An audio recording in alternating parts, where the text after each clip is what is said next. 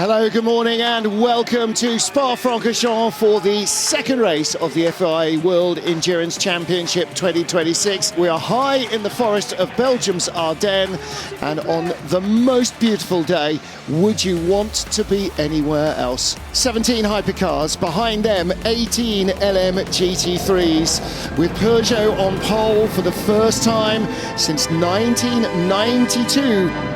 As the lights, it's a long hold. Away we go green, and Loic Duval makes a good start from Will Stevens. The two Alpines side by side, door handle to door handle. Then Earl Bamber inside Marco Sorensen. Bamber coming alongside the second of the Alpines. He's looking for fourth place beside Fred Makovici. Mako's on the inside, down to Eau Rouge. The better of the Aston Martins is there, but the second car, Marco Sorensen, dropped back a couple of spots. He's been jumped by the BMWs. It's side by side for the lead. Will Stevens, with the added advantage of the slipstreaming 30 Habsburg behind him, takes the lead up to Les Combes. It is Will Stevens in the Hertz Team Cadillac ahead of Loic Duval. We ride on board with 30 Habsburg in third, and still cars weaving around, twitching under braking and under full throttle. The tyres still not quite where they need to be on this opening lap. Yeah, Di Resta in the number 93 Peugeot getting stuck in there in between the Valkyries. It was a pretty poor getaway for 007 and gets overtaken by the number 83 Ferrari through turn 9 as well. Cannot get the temperature into the tyres, it looks like, for poor old Harry Tingnell. He's really in the thick of it here, and then loses another position into Pouhon by the BMW that slips by.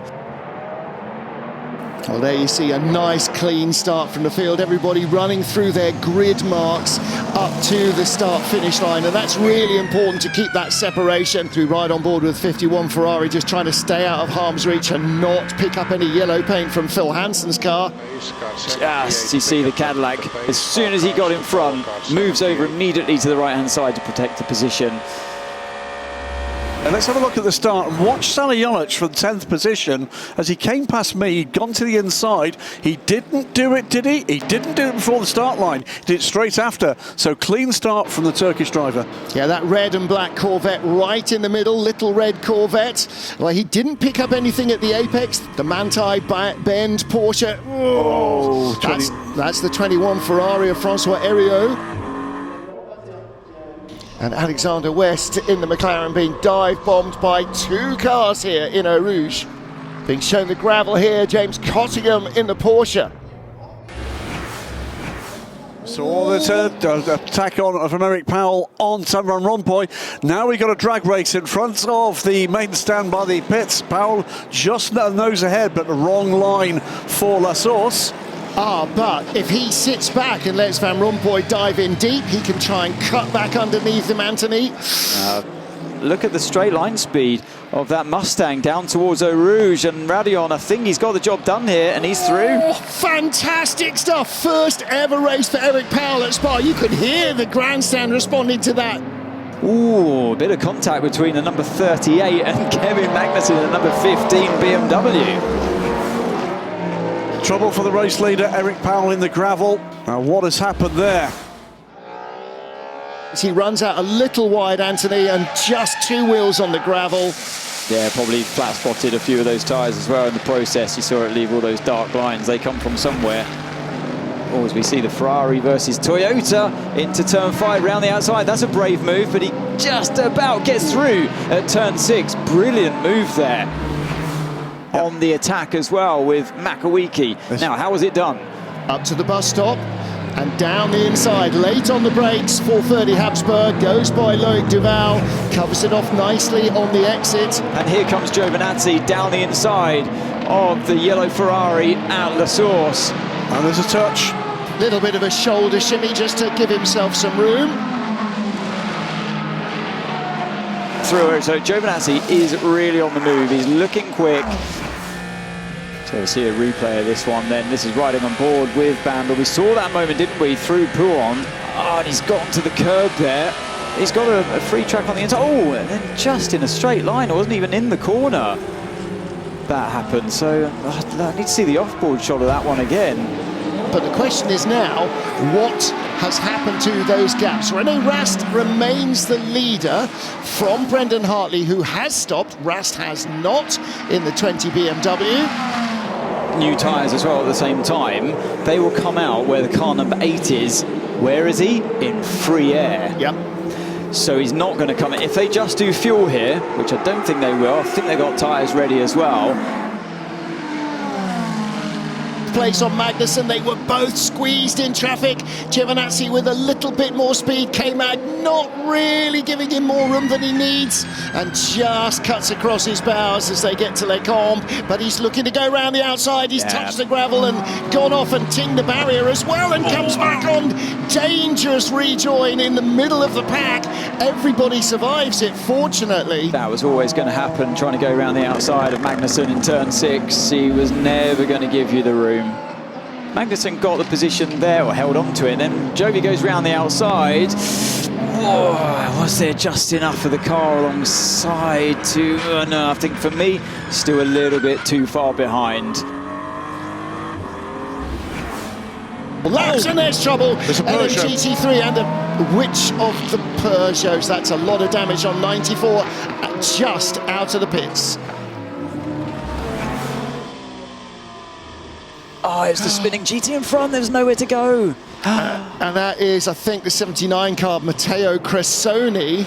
On his outlap for Jakobsen. So unfortunate. How much 4 tires and this GT spins in front?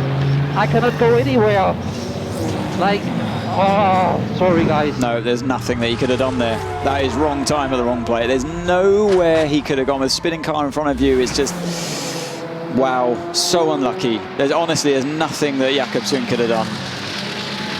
There is the number 15 car. The gravel on the racing line is so dangerous. Because the GT, instead of going straight, when they are so strict with the track limits, he tries to save it, spins, and just spawns in front of me all of a sudden. And then on cold tires, you cannot avoid. I saw, it was all on TV, nothing you can do. I'm really sorry for that. Yeah, I can avoid, but they are so strict with track limits.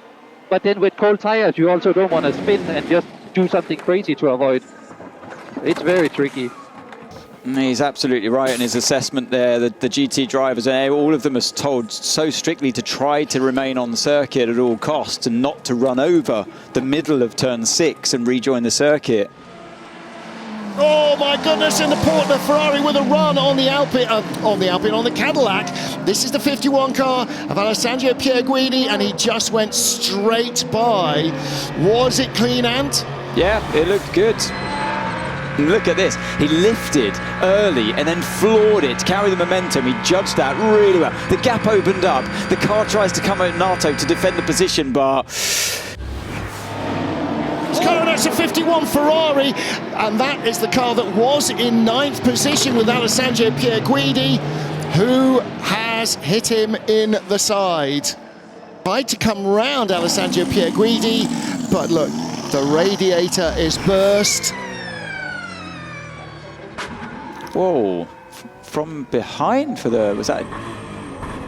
Oh, now. It's the BMW. Oh, mate, what do you think you did? We don't see anything so far, but I just see the car is clearly destroyed. He just crashed into me, completely. I'm braking into myself. He lost the car on braking, and we just saw the onboard, and he lost completely the car on braking. Yeah, but mate, where he brakes? Where he thinks is the worst brake? Was it F1 or a GT? And that's what we're trying to work out as well. So there's the Lexus, but I think the Lexus may have hit Pierguidi once he was stationary, because the last shot we saw from the onboard of Pierguidi as he was spinning round was a Lexus coming towards him. Yes. And then it stopped. Oh, but right off the track, wasn't it? On the inside of the apex of turn 4. Rocking and rolling, and of course they've now all probably got a little bit too much fuel for the distance. No! That could have been a big one. That could have been a proper Spa plane crash, but Alex Riberas is out of the race. That could have been a massive one. Taken to the grass on the inside and just ran out of room. And as soon as it was on the grass, it just went sideways, and that was so lucky it didn't go up.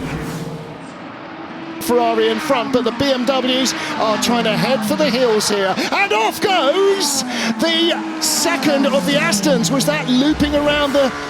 Was that 007? Oh, he's lost the car on the left and did make contact. That the Aston behind the spinning Alpine had. Watch how close this is going to be. We can go one step backwards on brake bias. Kobayashi now pushing on Paulo. Oh, get off the radio. Yeah, fair enough. And he can only just get that message out. He's going to say, whoa, like, what's going on? What is this voice? Just get off the radio. Well, we're seeing that car 15 and 20 under investigation for the safety is car that restart. Magnussen dropping back too far at the restart behind Robin Freins? That might be an issue. You're supposed to keep a sensible length between the two, but never mind. That'll be for after the race. Magnussen hanging on. Dries van Tor watching, and here comes Franco on the inside.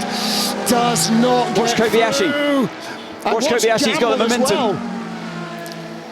Oh, Kobayashi, the 61 Mercedes is just in the wrong place, and Gamble's right behind him. Kobayashi is a big moment. Huge sort out coming. BMW's off track.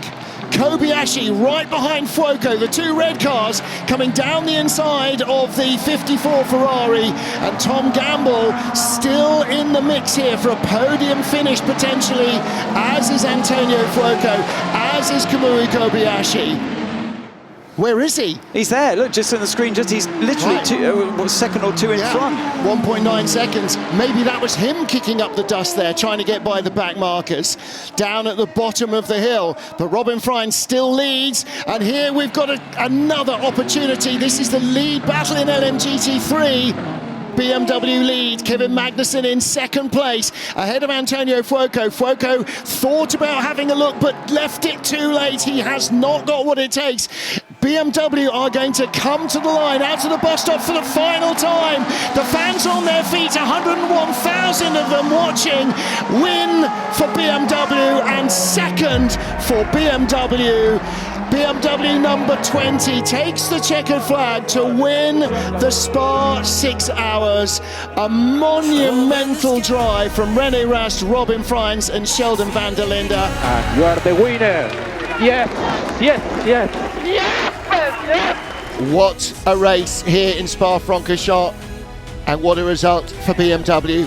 Not just their first win in World Endurance, but a resounding 1-2. They were brave, they were bold, and this time Lady Luck smiled on them.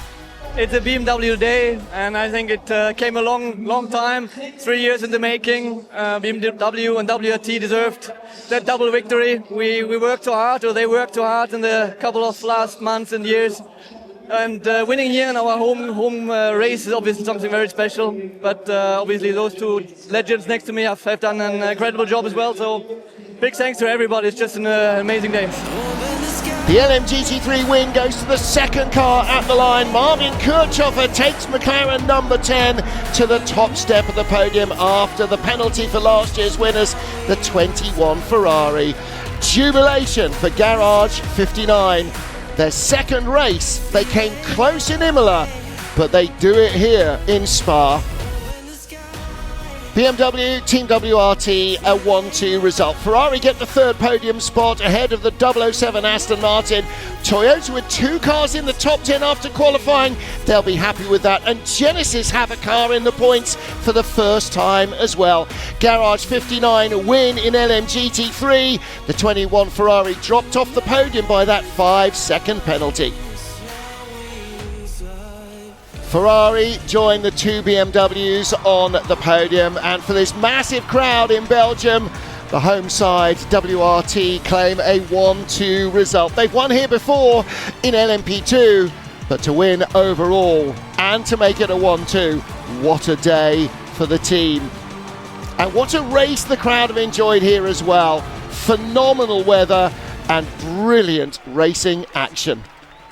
Those points put BMW at the top of the Manufacturers' Championships for the first time ever, ahead of Toyota and Ferrari, with Aston Martin and Alpine tied behind. There's two things that you always want to do in endurance racing: win your home race, and WRT have ticked that box very firmly. and win the big one, the next one, Le Mans.